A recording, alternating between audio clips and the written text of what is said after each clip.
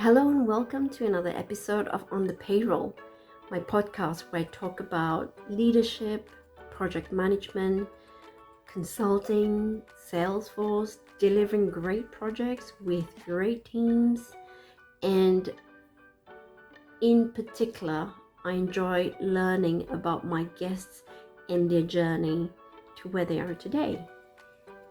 In this particular episode, I talked to Chris Emmett. He is currently a solutions engineer with Salesforce, but his beginnings was as a project manager in an end user company. And he talks about how he moved from there towards consulting. He worked at Make Positive, which was where I worked at, but not at the same time. And how from there he moved on to Salesforce. And he has a very interesting story about how luck played a very crucial role in him landing that position. So I hope you will stick with me to listen to that story and also about the characters at the back in his background.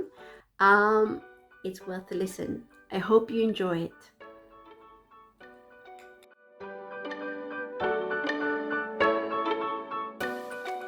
Hello, Chris. Thanks for making the time to come on my podcast on the payroll. How are you feeling today? I'm doing so good today. Thank you. How are you? I'm fantastic. I really like your background. As I said, do you want to tell me the story about how you got that? At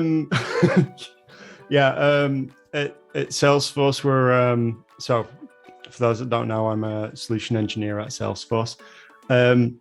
Because I'm an employee, one of the perks is to have access to the digital assets. So I reached out to the creative team and just asked if I could completely fit out my office. So I've got a few canvases that I actually rotate. This is one of my favorites because it has all the characters. It's got we've got Appy, we've got Einstein, Brandy, Astro, and Cloudy. You know what? There's no Cody there. Yes. So I probably need to do another one. And Ruth, right? And there's yeah, you're right. There's Ruth missing as well. So you have to make it. Hootamuk Owl Face is missing. Blaze is missing. You know what? There's a lot. You got to do a new one. Really absolutely. New one. Maybe one for TDX. Okay. Thanks for joining me. I am really interested to hear about your journey. So if you can just tell us a story of where you came from and how you got to where you are today, that'd be great. Right. I'll try and make sure that I don't bore you with this one. But if you have any questions, just dip in. So my journey began. So I'm 39, and my journey probably began 39 years ago, from the day I was born. My dad is actually in the IT industry. He retired as, I think, an IT director. And so computers have always been a part of my DNA. They've always been a part of my life.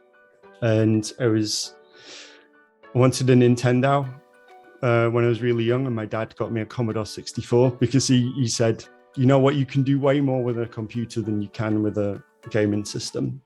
I'm still a little sore on that, but hey-ho.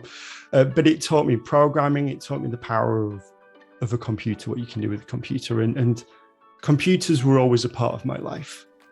So when it came to university, it felt like an easy way to go, you know what, I'm going to do a computing degree. So I went down that route, got myself a computing degree where I learned things such as database, like Oracle and SQL, project management, system design, e-business, actually starting up an e-business, and a bunch of programs as well, and website design. And that seemed great. That seemed fine. And I didn't necessarily use any of those topics for a good while, but they actually came up much later. A lot of them came up much later. So I finished university, and what am I going to do? So I get a job as a desktop support. My first job, fixing computers, installing Windows, fixing Office, installing printers. Good work, really good work. But, it was the start of my career. And I got a little bored of that after about a year. So I was still working at the same company. And I thought, you know what? I want to be a programmer. I want to be a developer. And I think I can do it. So they moved me from the desktop support department to the development department. And it's great. This is fantastic. I'm doing work in VB6, which dates me, doing work in .NET. And then after 8 months, they decide to close that department down. And at the time, I was working in a factory. So I was doing the IT for a plastics factory. And they decided to disband this entire development team and go with off-the-shelf products. But they needed someone who was an expert in the software that was being developed to actually go, okay, these are the requirements. So I then actually moved to being a project specialist, an SME, of implementing this software that was off the shelf. And I did that for about 8 months. And I thought, you know what, I want a bit more responsibility. And at that time, the project manager of that implementation quit. And then I became a project manager. And this is kind of a weird theme across my entire career that you'll probably find that I don't necessarily make massive changes and massive decisions in my career. I stumble upwards. I like that phrase. Yeah. Never stumble sideways, never stumble down, always stumbling upwards. Accidentally find myself in new directions. So I become a project manager. And oh God, it was, full disclosure, I'm not a project manager anymore. Like I say, I'm a solution engineer, but it was one of the best jobs I've ever had because I got to take all of my experience as a desktop support, as a software developer, as an SME, and I got to take all of that and then become effectively a relationship manager. I understood the tech. And then I was able to bridge that gap with the customer and be that middle ground, be that facilitator, be the person who is resolving arguments and making sure plans fit together. So let me just pause and ask you a question. Mm-hmm. If you say that project management was your best career ever, why are you not there today? Who says I'm not?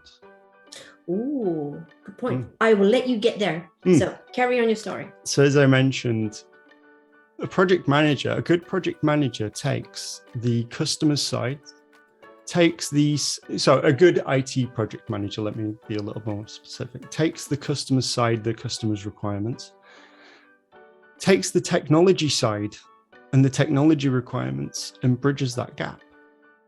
They are the person that says, I know how we can get this technology implemented that meets your needs, to your budget, and to your timescales. That's all a project manager does. And I'll take a slight skip to the end. Really, that's what a solution engineer does. I listen to the customer, listen to their requirements. I understand the Salesforce platform, and I'm the bridge. So I'm not managing projects. There's no real timelines that I'm looking at. But in a fashion, that's what I'm still doing today. Okay. So yeah, I was a project manager for about 10 years, which was great. I must admit, the one thing that I really missed was getting my hands dirty, because it was Gantt charts and risk logs, and it was lots of emails.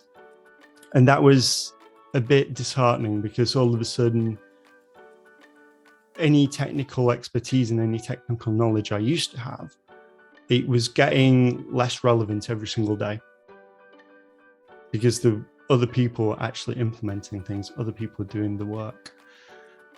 And then came the next stumbling point. Again, I stumble. I don't make decisions. I don't make decisions on my career.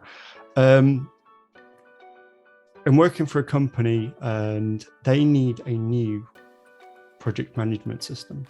And because I'm a project manager at this company, I'm one of the perfect SMEs to actually go, okay, we need a system that can do this, this, this, this.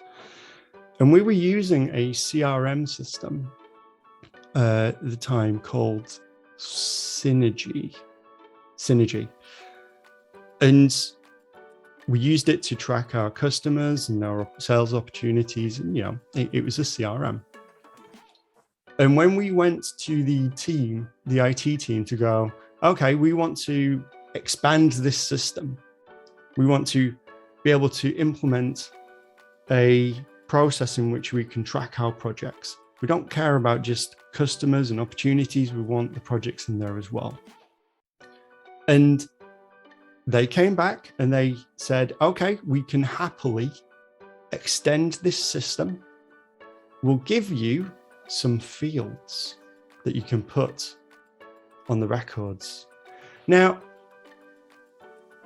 do you know how many fields they would allow us? Just take a guess at the number. 10, 15, 20. 4 text fields. 4 plain text fields. That's what we were allowed.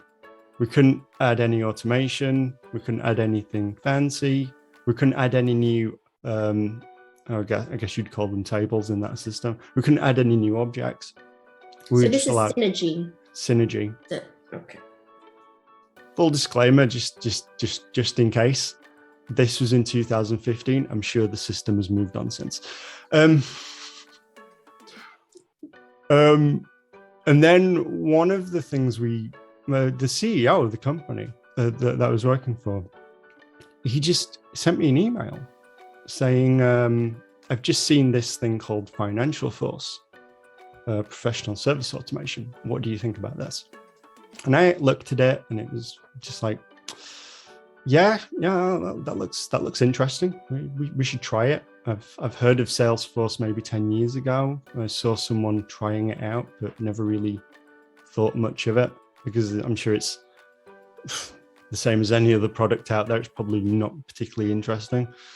So we get a pilot project going for this Salesforce system using Financial Force. And day one, we were taken through some training. And my mind was just blown away by what the potential was with this system. Because I'd spent, what was this, 2016? So I'd spent a good 10 years in the IT industry where I was having to change business process around the capabilities of an IT tool. We were literally in a position where we were going to have to change our project process to fit 4 text fields. And all of a sudden, I was faced with this system that could do the opposite. You could change the system to your business process. And it just blew my mind. I fell in love with Salesforce on day one. It blew me away and changed my entire life in one day. And at the end of that one day of training, I found myself in the evening just opening up my laptop, logging into this org, which I did in production, which I would never do today. I was creating workflow rules just because I could see the potential of, okay, if we input this data, then we can automatically calculate based on this. And because the company I was working for, we had specific overtime rules. If you're working out of these particular hours, then we need to charge at this rate. But Financial Force system didn't have that at the time.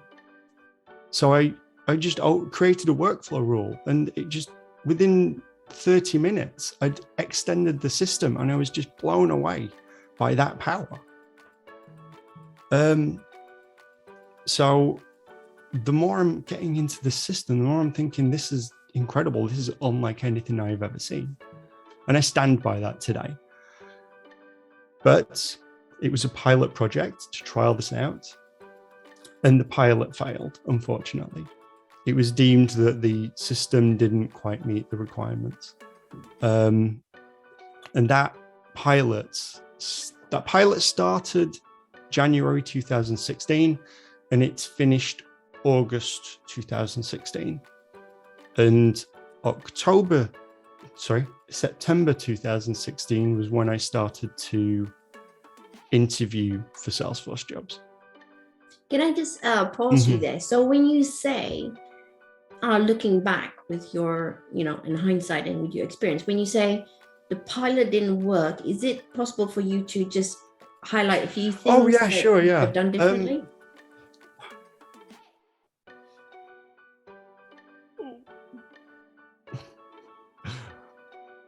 You don't need to edit this out, but I want people to know that there's a lot of thought process going into what I'm about to say. The cost of Salesforce and Financial Force was not necessarily within the expectation of the company I was working for. That was probably 70% of the reason.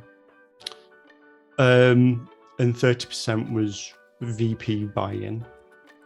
Now, with a bit of hindsight, well, actually with a lot of hindsight, I realize that 70% was probably false.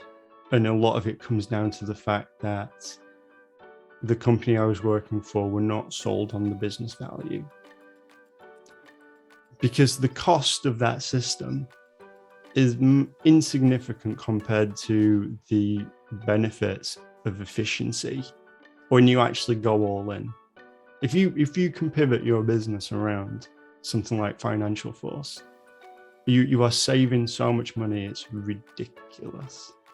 So let me try and reframe that, and you tell me if you think that's correct. Do you think that if someone had spent the time investing in putting together a strong business case with the pros and the cons and the financial justification, it would have been a lot more successful? Absolutely. The whole thing, and I don't blame anyone on this. Absolutely do not blame anyone. I think a lot of it is just to do with hindsight. The thing that pilot needed was heavy investment from customer success. Heavy investment of these are the benefits that you are going to reap. And actually working with the VPs of the company I was working for, working with them every day to get the buy-in. Sorry about that. That's my HomePod. Sorry, I'm learning Japanese and my HomePods are set to Japanese. Yeah, it was buy-in. The buy-in and the business value. Those are really important. Those are probably the most important parts of actually welcoming Salesforce into a company. A lot of people, especially on the solution engineer side, and I say that as myself, may think that the actual solution is the most important part. But the business value and understanding how it's going to improve your business is so paramount, so important. And in that instance, I think it was missing, really missing, because that could have stand by that. This Financial Force could have taken that company forward in ways that I don't think they have, because they went with a different tool. Thank you. So after that, you started interviewing for proper Salesforce roles. Yes. So I started interviewing. It took about. So I started interviewing September, August of 2016, and I got a role in May the following year. So it took a while. Maybe not as long as some people, but one of the things I find so disheartening is you see all these eager faces online and in the community that have got their trailhead badges, they've got their admin certs, and they're ready to dive into that first job. And it takes blood, sweat, and tears to actually get that first job. And it takes a lot of effort. And I know it is so disheartening to see rejection after rejection after rejection. You just got to keep going. You've got to keep trying. You've got to believe in yourself, which is something that I still struggle to do today, but it's a mantra that I try and live by. So yeah, it took a lot of rejection. I was a project manager at the time, so I was naturally applying for Salesforce project manager related roles. But then someone suggested to me that, well, actually, I applied for a job as a project manager at Arcus Global, that are based in Cambridge. And they said that I wasn't right for the project manager role, but given my enthusiasm and my background, maybe I would be interested in working as a consultant. And I thought, could be interesting. Do I have any experience with databases, development, system design? Yeah, I do. I've got a degree on that. And that's the stuff I did at university took 10 years to really come to fruition. But then I got my first job at Arcus Global. Got my first job. I was very humble with the pay. So I wasn't trying to go sky high because I had no certs. I had 15 trailhead badges. I did it purely for that experience. And I would recommend anyone do that exact same tactic. Do it for the experience, because the pay will come later. You see all these articles, all these adverts about huge Salesforce salaries. That takes a time to get there. And just getting your foot in the door is way harder and way more important. So I get my job at Arcus, and I was there for 9 months, which is incredibly short, but I was there for 9 months. In that time, I'd accumulated 200 trailhead badges and 5 certs. So in the 9 months, I'd got my admin, I'd got app builder, I'd got community cloud, which is now Experience Cloud. I'd got sales and service consultant. So I was studying hard. And a lot of that actually came from imposter syndrome. Because I was working amongst 100 Salesforce experts, and I just waltzed in because I thought this platform looked cool.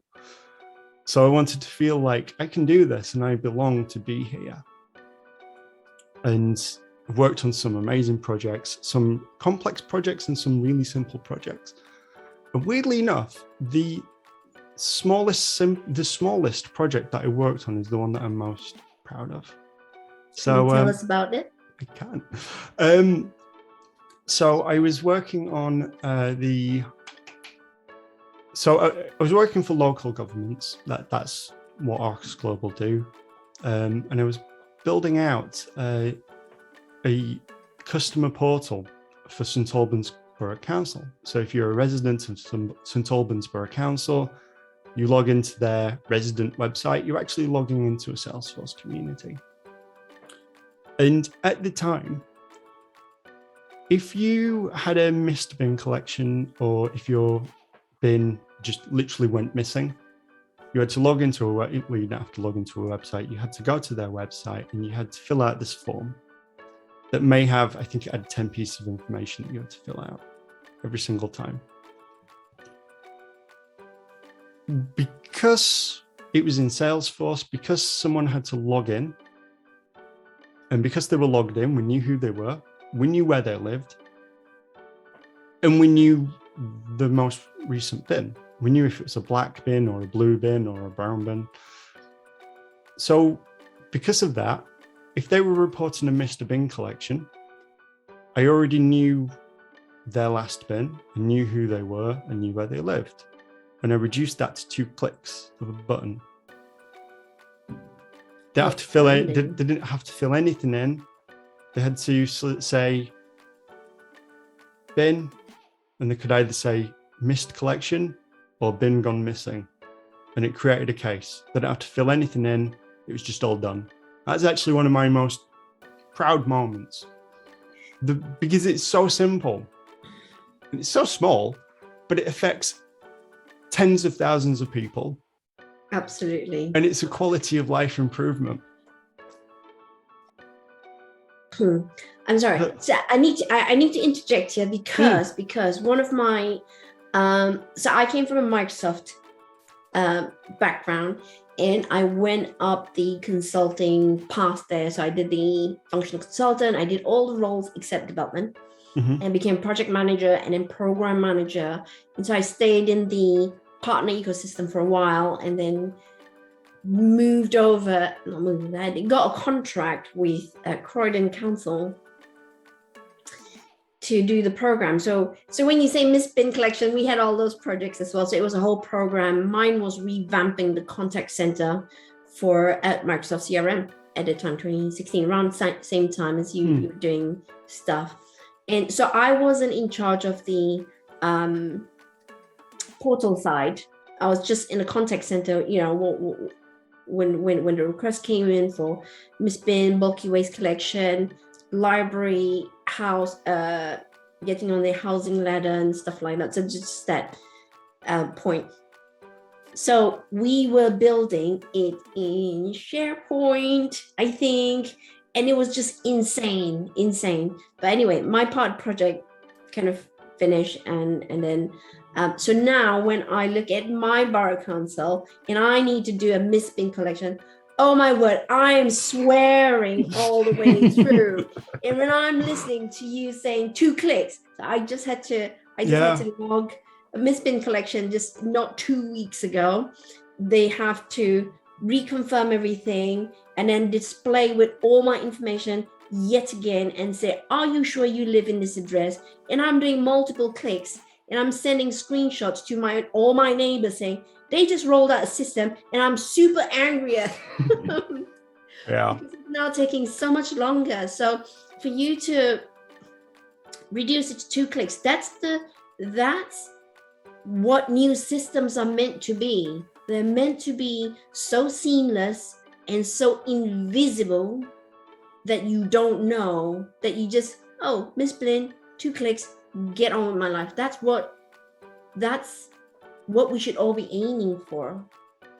And Absolutely. So, no, thank you for that story. I can, I totally agree that that's probably one of your more successful ones. I've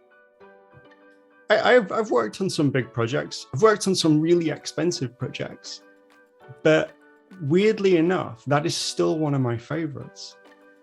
Even though it was small, cheap, but it has a huge impact. Huge impact. Yeah. So thank you for sharing, by the way. So I was there. I was at Arcus Global for about 9 months, and then one of the London-based consultancies reached out to me and asked me if I'd like to join. And it was based in London, and working in London had always been a fantasy of mine. It was a bit more money. It was a lot more money. But the idea of working in London was really difficult to resist. Because I'm from Sheffield, and London just seemed like an alien place, like a special place.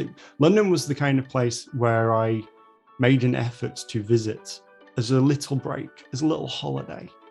So the idea of working there, the idea of getting off at Blackfriars Station, looking down the Thames and just seeing Tower Bridge in one direction and the London Eye in the other direction. Just it blew my mind to be able to do that day to day.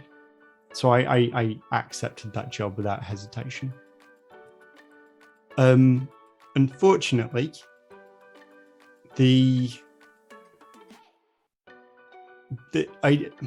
culture at that company, and I'm not going to mention who they are, but anyone who can see my LinkedIn will know who I'm talking about, a company that I joined after Arcus Global. The culture didn't quite gel. So I'd come from for the previous 10 years, I'd worked in an environment where the culture was, we're all a family, we're all in this together, and getting the work done is the most important part. And when I moved to this other company, I felt that that was kind of slightly skewed. That I'm going to say this, and I'm going to preface with, I'm pretty sure this has all changed now. The culture at that point was, we need you sat at your desk. We need you to be sat at a specific desk. And I'd been hot desking for about 10 years at that point. So that was alien. Having a specific start and end time to work, that was an incredibly alien concept to me. And it just felt very regimented of, we value you sat at your desk more than we value the work that you put in. And I felt very restricted. In previous companies where I've been given a 40-hour working week with no end and no start time, with no start and end time, I would probably put in somewhere between 50 and 60 hours when needed. If I'm specifically told to start and end at a particular time of the day, I'm going to put in 40 hours a week. I'm not going to feel empowered to actually do the work that's needed to be done. So that was very difficult, and I'm sure they've changed, because obviously the COVID's changed everything really in terms of just work-life balance. But it took me 4 days to realize that was an arrangement that I just couldn't really deal with. So after 4 days, I started to look for other work, and which was actually more difficult than I expected. But it took me about a month, and I went to an open evening at Make Positive and spoke with Mark Richards, the CEO. And I don't know if it was a stupid idea or a genius idea. I was incredibly open with him, and I said, "This is why I'm not happy. These are the things that I'm looking for. This is what I want to change in my life." And I had an email for an interview the following day. I don't think I even gave him a copy of my CV. The level of trust that happened there was monumental. That's and lovely. Yeah, and I look for a family vibe. I look for the kind of environment where there is not a single person in the building who is out to get someone else. That every single person is willing, if they've got time and knowledge, to help everyone else and not take a single bit of credit. So I joined Make Positive as soon as I could, and I felt like I was returning home. It's such a bizarre feeling. Everything felt so familiar. Everyone was so friendly. And I got to work on some cool projects. I got to work, how long was, so for about 18 months, I was a implementation consultant. Got to work on some cool stuff, got to really increase my knowledge on flows, and just do some good work. However, there's always a however. Um, as I mentioned earlier, I stumble through my career. I don't make calculated decisions, although you could argue that actually moving away from that previous company to Make Positive was a calculated decision. One of the things, and God, I need to say this, I love the sales team at Make Positive. But one of the things that frustrated me a little bit was the projects being sold, or the way they were being sold, I didn't necessarily agree with. So there was one project that I was working on that was entirely code. Unfortunately, I'm not allowed to say who the customer is on this one, but the project, it was a car warranty service. So someone would punch in some details about a car, it would go out to a warranty service and apply that warranty. And it was sold as pure developer. And I can't remember this. The kickoff of that meeting was the day I got back from Dreamforce 2018. So there'd already been an internal kickoff, and it was all development. And I waltz in, just coming back from San Francisco. And I go, we could do this with Flow. We could do this with Flow and a little bit of Apex to do the integration, but we can do this with Flow. And that'll actually give the customer more control when we leave. Because if we build all this with code, they've got to get a developer in to make any changes. Do it with Flow, they can make all the changes they need. And it was a little ballsy trying to change a project after it had already started, but I propositioned it. And then this is where my project management background came in. They said I could do it if the cost of the project was neutral. So I then pulled up the project plan and the resource plan and the cost of all the resources and worked with the actual project manager to rejig it so it was cost neutral. Came in on the same time, different resources, but the same scope. And we did it. And that taught me a lesson that I didn't always agree that the way that the projects were being sold. And I thought that I could do a better job. Well, that sounds bad. That sounds really big-headed. That I could improve it. No, that's the same.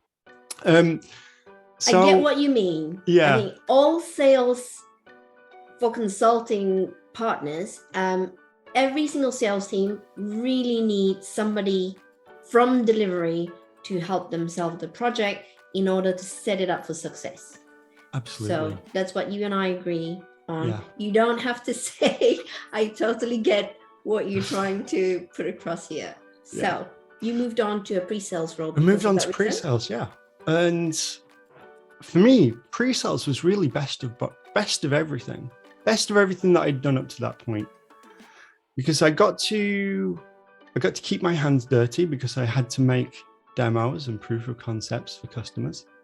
I got to do the project management aspects where I mentioned understanding a customer, learning about a new customer, knowing the tools and the system that we want to implement and being that bridge. And yeah, I got to do all of the sitting in meetings, talking to people. And I do enjoy, I don't like endless meetings, but I do like meeting new people. I like learning about their business. And I also like Salesforce, and I like keeping my hands dirty with Salesforce as a platform. So it's a perfect combination. And I did that until May 2021.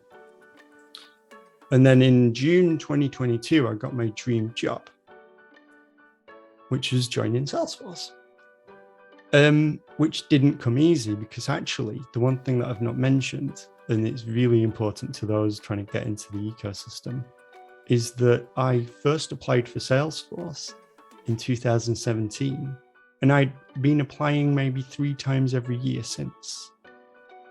So I always knew that I wanted to get into Salesforce, to the point that there's several people at Make Positive that I told, I am never leaving Make Positive apart from one company. And that, I meant it. It was a case of the only reason I would ever leave Make Positive is if I get a job at Salesforce. And when I called my boss up to give him the news, he knew exactly where I was going. So yeah, then I joined Salesforce after Make Positive, and I'm pretty much doing the same job from a ever so slightly different angle. I'm still working with customers. I'm still understanding their business, trying to come up with a technical solution for their problems. But this time I am dealing with licenses rather than selling project implementations. And it's got that same sense of family. It's got that same passion. Everyone's there to help each other. It's just on a much, much bigger scale. And yeah, a lot of people can look at Salesforce. Salesforce is an ecosystem and Salesforce is a company. And it's like, you've got your own cartoon characters, what the hell? But it's every single person in this company has the values of a trailblazer, has the values of the Ohana. We are all one big family. And yeah, there's 70,000 people in this company, but my specific team, there's 12 people. I work with 12 people. And that in itself is a tight-knit unit. So I still feel like we're a little family. We just happen to be part of a bigger family. Nice. Thank you for that. Let me, you mentioned that it was difficult for you to, no, sorry, let's rewind a bit. You mentioned that anyone who wants to, in an ecosystem, who wants to get a job at Salesforce should know this, that it wasn't easy. And you had started applying in 2017. You applied 3 times a year. What got you in? Was it the experience? What finally got you in? I think it is equal parts experience, persistence, and luck. So through the years, I think in the first 3 years of me applying, I didn't get any response. And then in the past 2 years, I'd maybe get to a first stage interview or second or final stage interview. So there's probably, I was getting a lot, my applications were being a bit more laser focused. I was able to actually hone in. But luck has so much to do with it. And I hate to say that because really it should be a meritocracy, but luck has a lot to do with it. And you know what? Yeah, no, I'll say this. One of the ways in which I feel that I got lucky, I am a terrible interviewer, by the way. I am so nervous in interviews that it's just, I stumble over the words. I don't know necessarily what to say. I feel and look nervous. So it's a big risk for me anyway. The last time I unsuccessfully applied for Salesforce, they said that I didn't look interested. And it's because I'd taken some herbal remedy, not drugs, just a herbal remedy just to ease my kind of nerves. And it just went the opposite direction. This time, I applied for a role, and through some clerical error, it got split into two applications for 2 different departments that had a similar name.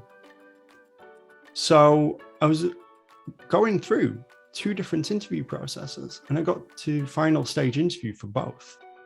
And because there were 2 chances, all of a sudden I was a little less stressed. I was a little more relaxed because, well, if one doesn't go through, I've always got the other one. So for me, that was my bit of luck, that I was able to just relax. And as I say, I got to final stage for both of them. I got an offer for one, and yeah, I accepted that offer and then actually withdrew from the other one. Are the processes the same? Almost. So with the one that I accepted, I had an interview with about 4 different people. I want to say it was 4. And then there was a panel. And with the other one, I think I had an interview with 2 people and then a panel. Interestingly enough, the one with the 4 interviews prior to the panel went terribly. It went awful, and it was pretty much cancelled after 5 minutes because of how nervous I was. But because the previous interviews, those previous 4 one-on-one sessions went so well, they wanted to give me another opportunity to kind of claw back my performance. And you know what? I'm so glad I did. I'm so grateful that they gave me that opportunity. But in the panel that didn't go well, I was wearing a suit, I was wearing a tie, I was here on camera, but I was wearing a suit, and it was just, I'll wear suits fine, but it's not necessarily a comfort zone. So when I redid that panel, first bit of advice was just relax and pretend that you're just having a conversation with some friends in the pub. Best advice I was ever given, actually. The second thing I did for the second go around was I wore this.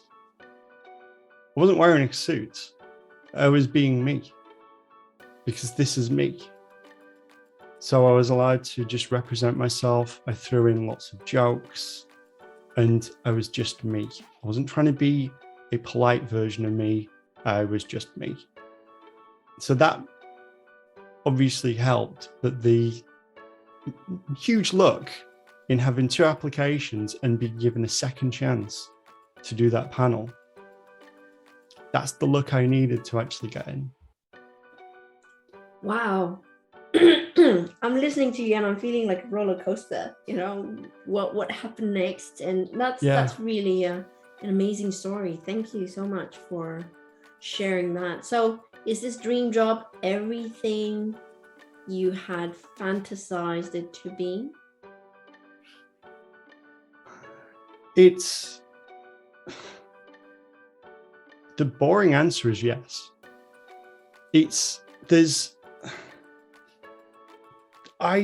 Whenever I see my email address, and I know this sounds so silly and so small, but whenever I see my email address, I just smile. I smile at the fact that I've got an @salesforce.com email address. I smile at the fact that I'm working with some truly amazing people and I'm part of this ecosystem. And sure, there's certain things that because I'm an employee, I'm now a second-class citizen when it comes to free stuff and swag. But I feel so honored to be representing, and I do feel like I'm representing an amazing platform and an amazing movement. And I'm sure there are people watching or listening to this rolling their eyes so much that the eyeballs are pointing the wrong way. But I've drank the Kool-Aid and I believe in it. And that's why I'm so happy to be here. And it's the kind of company that assuming nothing happens, I want to retire from this company. And I want to try different areas of the company. I want to make an impact. It's the company that I never see myself leaving. So it's my dream job. Not only my dream job, but my dream company. Wow. On that note, sorry, I'm just gonna interject. So a friend of mine was also going through the whole recruitment process, and I was on tenterhooks waiting to hear. And the next message was, my next email to you will have Salesforce.com. And I got it when you said how it makes you smile, because this is an amazing company. All the stuff that Mark Benioff is doing just makes you proud to be part of Absolutely. a company like that. So on that note, I want to be very respectful of your time. Thank you so much. Thank you so much. I appreciate that to learn about your journey, your learnings throughout the way, and also how you entered the job of your dreams. I think a lot of the audience will totally appreciate that little nuggets about just being yourself and how luck does play a role, and not to get disheartened to hear that you've been applying since 2017. I think would really help someone's confidence, I think, when they get knocked down and they don't hear from the interview. So I appreciate this. Thank you so much for taking the time, Chris. I appreciate it. Thank you.